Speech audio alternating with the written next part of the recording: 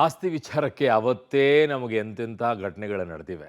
ಈಗ ಇದೇನು ಹೊಸದ? ಈಗ ಆನೇಕಲ್ನಲ್ಲೂ ಕೂಡ ಅಂಥದ್ದೇ ಒಂದು ಆಸ್ತಿ ವಿಚಾರಕ್ಕೆ 2 ಕುಟುಂಬಗಳ ನಡುವೆ ಗಲಾಟೆ ಆಗಿರುವಂಥದ್ದು. ಜಮೀನಿನಲ್ಲಿ ಮಾರಾಮಾರಿ ಆಗೋಗಿದೆ.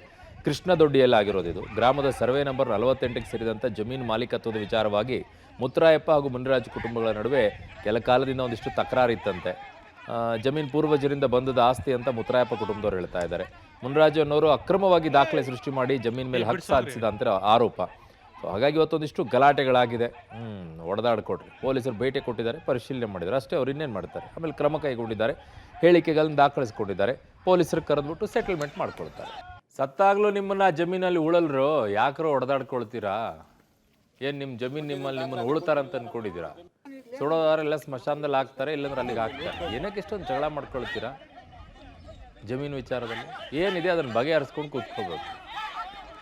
ಈ ಥರ ಜಗಳ ಮಾಡ್ಕೊಂಡು ಹೊಡೆದಾಡೋ ಮಟ್ಟಕ್ಕೆ ಹೋಗೋ ಮಟ್ಟಕ್ಕೆ ಹೋದರೆ ಮರ್ಯಾದೆ ಇರಲ್ವ ಊರಲ್ಲೆಲ್ಲ?